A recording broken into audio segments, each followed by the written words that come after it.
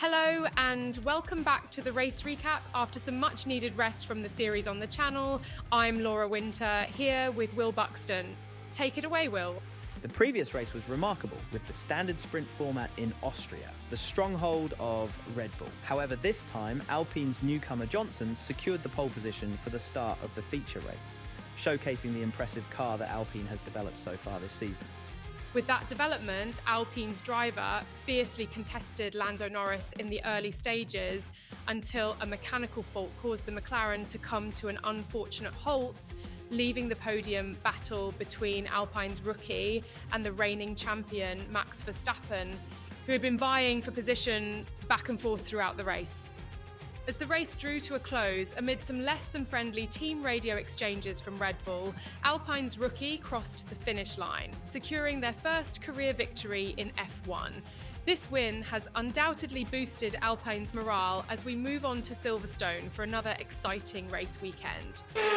Welcome along everybody to a venue that was built for speed.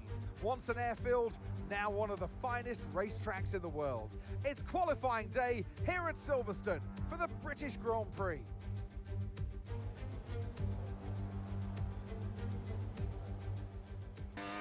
Alright, here we are in Q1 here in Silverstone with the updated livery for the Castrol Edge Alpine.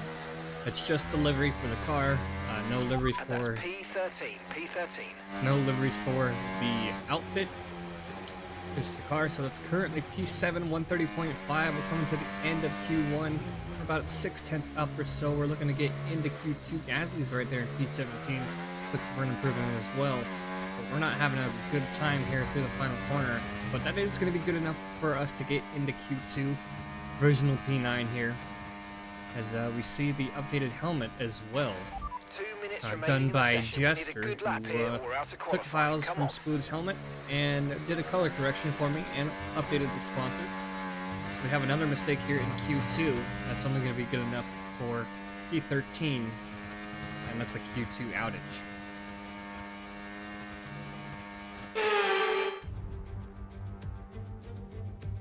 Welcome everyone as you join us at a former Second World War aircraft base, now converted into one of the great motor racing tracks.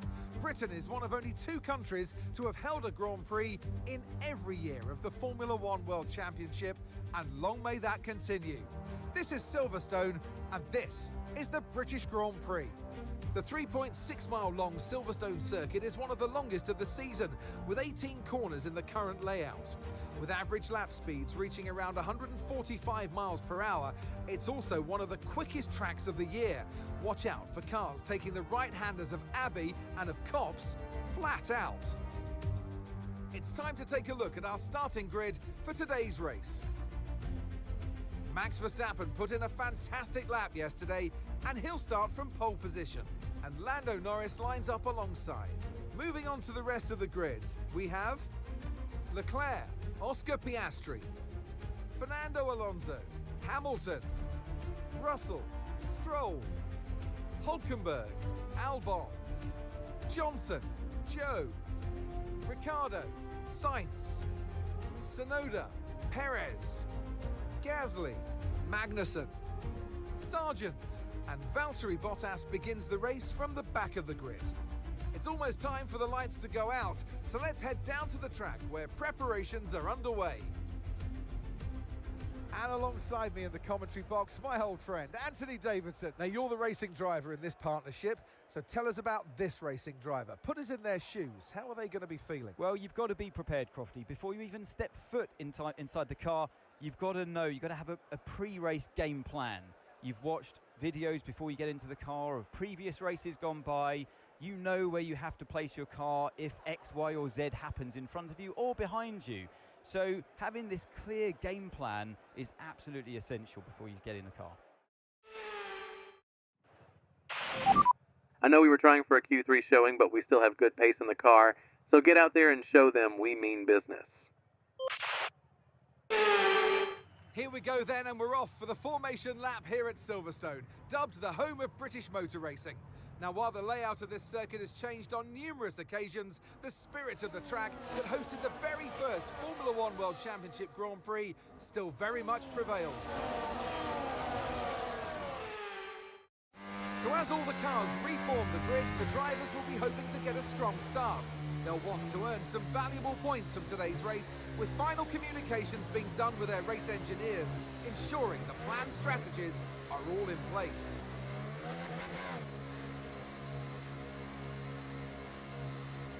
Alright, so pretty overcast to start out our race, and we get a little bit of a bump here starting on the soft tires.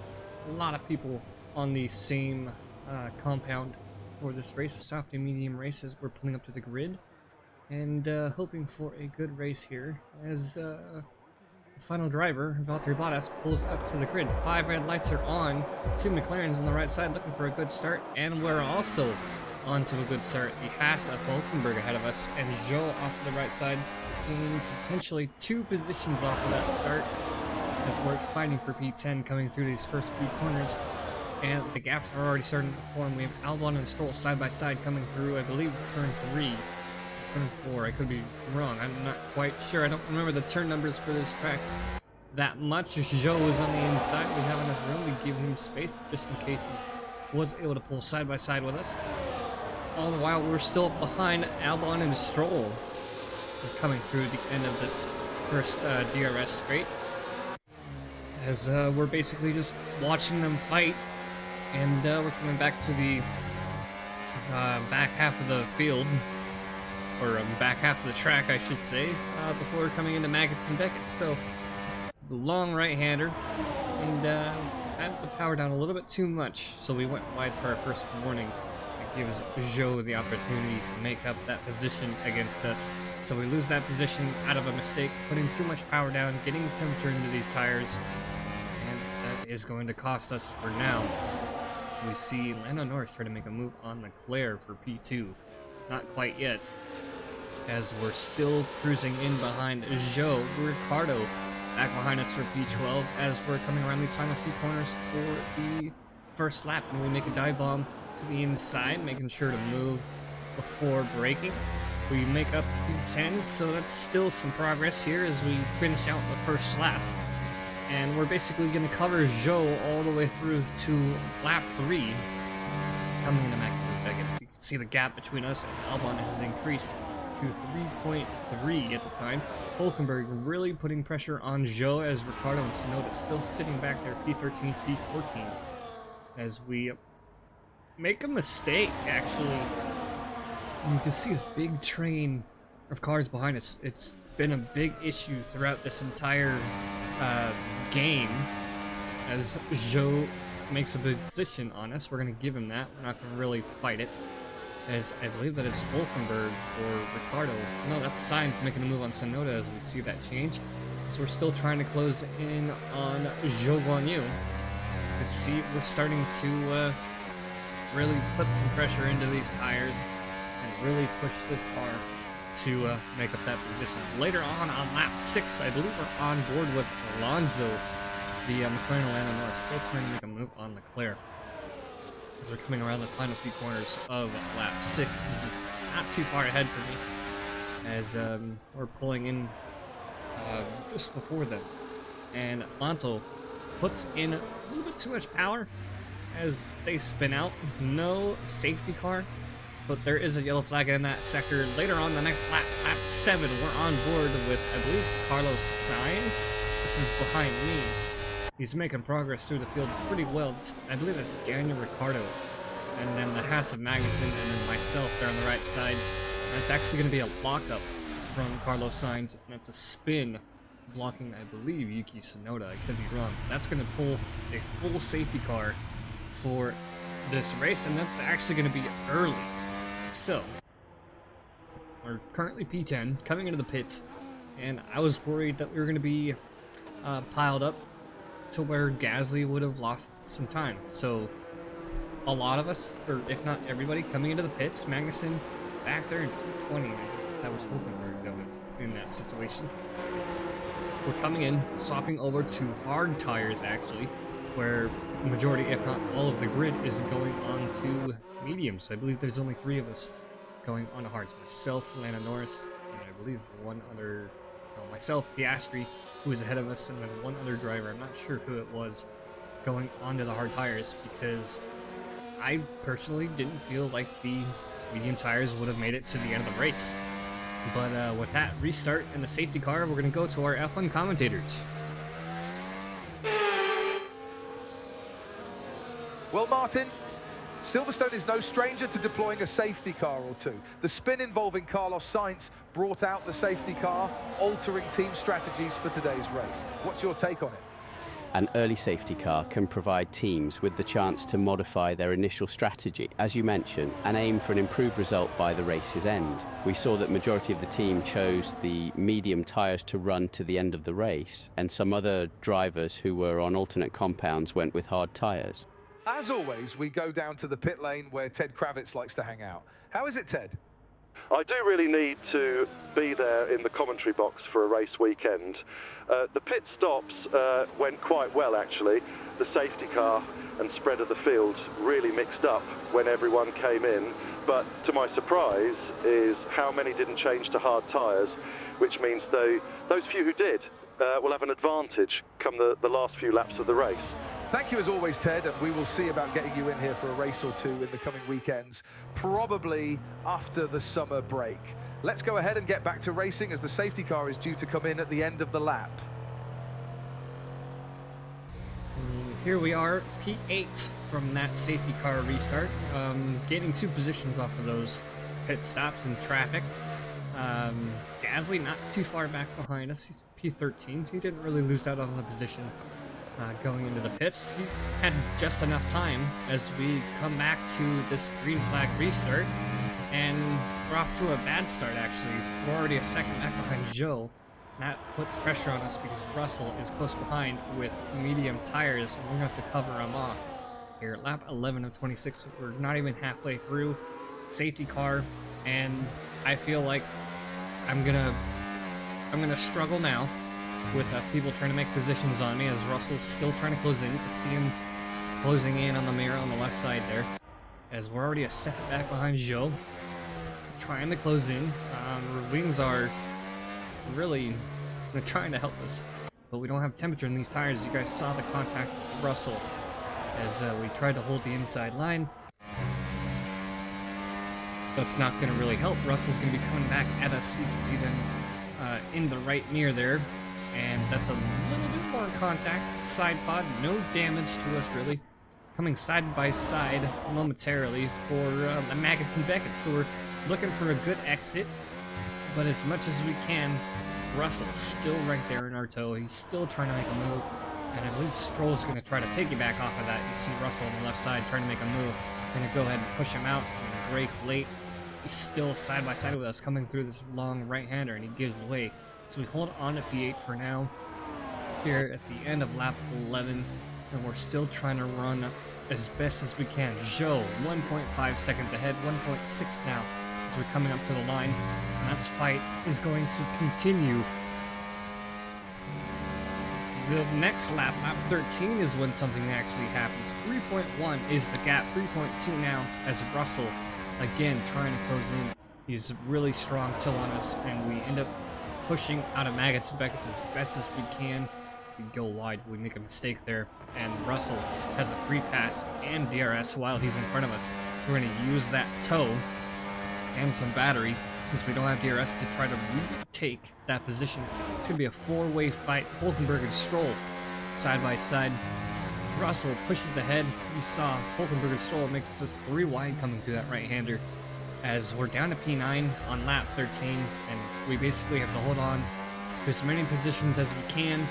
That means it's less work for us later on towards the end of the race, because I know that these hard tires will last longer and they will perform a lot better coming towards the end of the race. Looks like we have Zhou passing Piastri. Piastri's on to the right side with an engine issue, I believe. As we make up that free position, back up in the P8, Russell still ahead by 2.5 is the gap, as a lot of the gaps up front are really not really surprising, as we are bumping up the difficulty depending on how we run during practice sessions. But once again, lap 16, Hulkenberg is next to make a move there on the inside.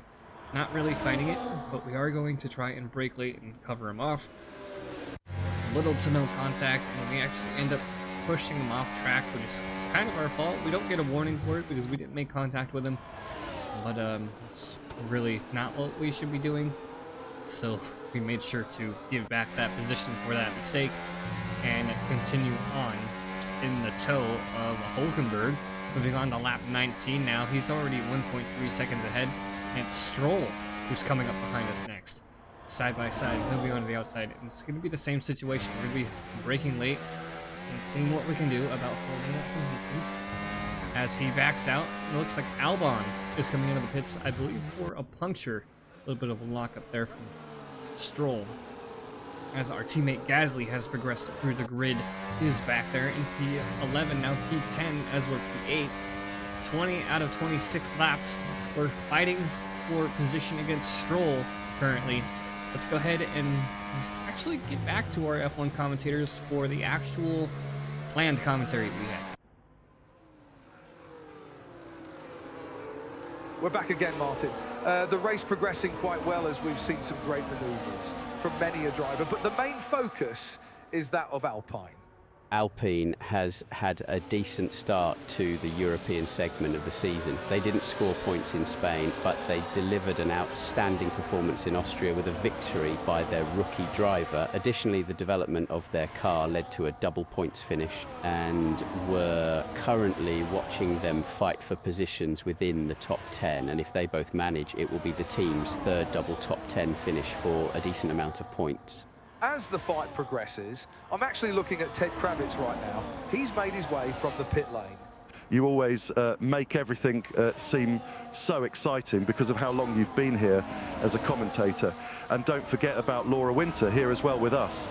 Laura, we have gotten more info on what will happen to some of the teams on grid. Care to share with us?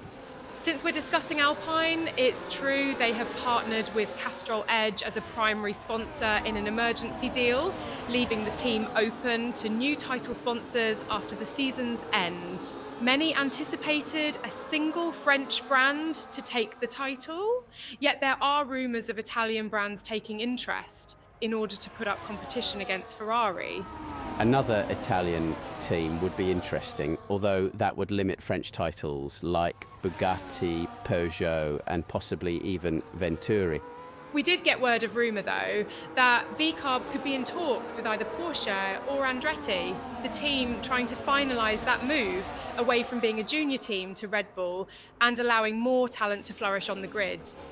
There still is a lot of talk to go as we get to the summer's break, which comes after the Belgian Grand Prix. So there's plenty of time to put our guesses out there of what next year's grid and cars will look like.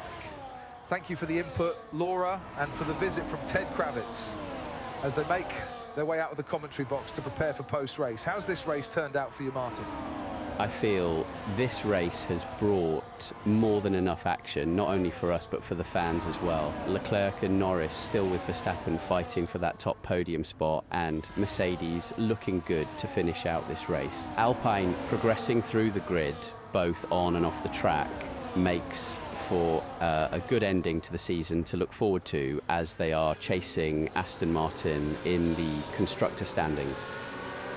Ted Kravitz mentioned earlier during the safety car that hard tyres will have an advantage at the end of the race, as we're currently watching Johnson give his teammate a tow in hopes to put pressure on Stroll as they close in. Let's get back to racing. And after those last few laps, we've really been pushing P9 now with Gasly in P10, trying to catch up to Stroll.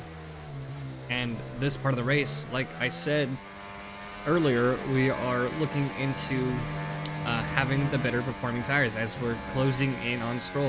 We're coming up this long right hander. I forget the name of the turn, but we're coming up to Maggotts and Beckett's, and you guys can just tell we have a lot more control on these hard tires, and we're closing in on Stroll, and I feel a lot more comfortable on these tires with the level of degradation they have, and we're just gonna launch. We have DRS. There's a yellow flag ahead. I believe it's for somebody behind us. It may have been Sonoda. It was Sonoda behind us.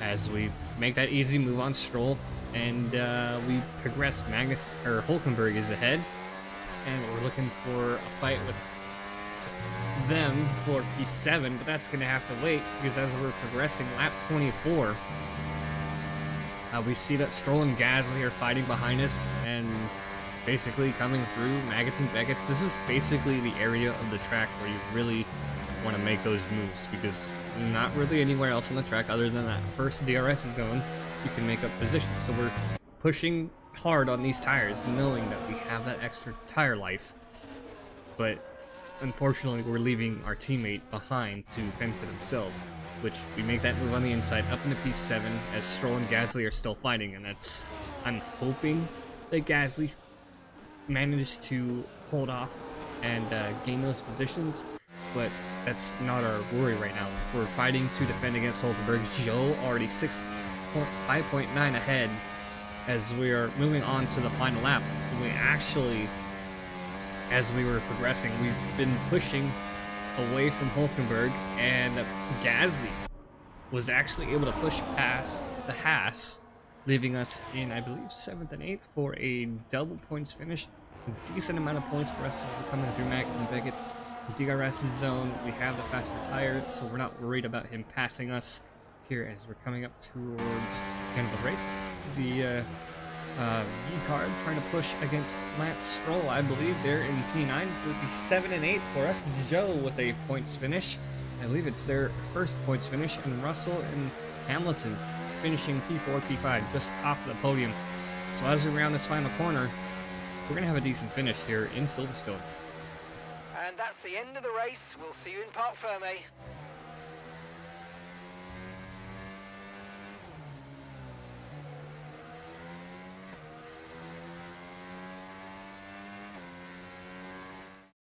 It's another victory and a champion's performance from Max Verstappen.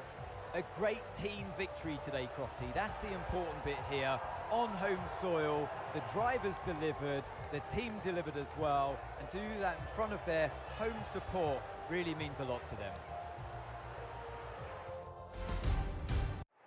Red Bull are our winners today after showcasing some incredible driving. There's been a huge push from them lately to stay competitive with the other teams, and they're certainly proving themselves.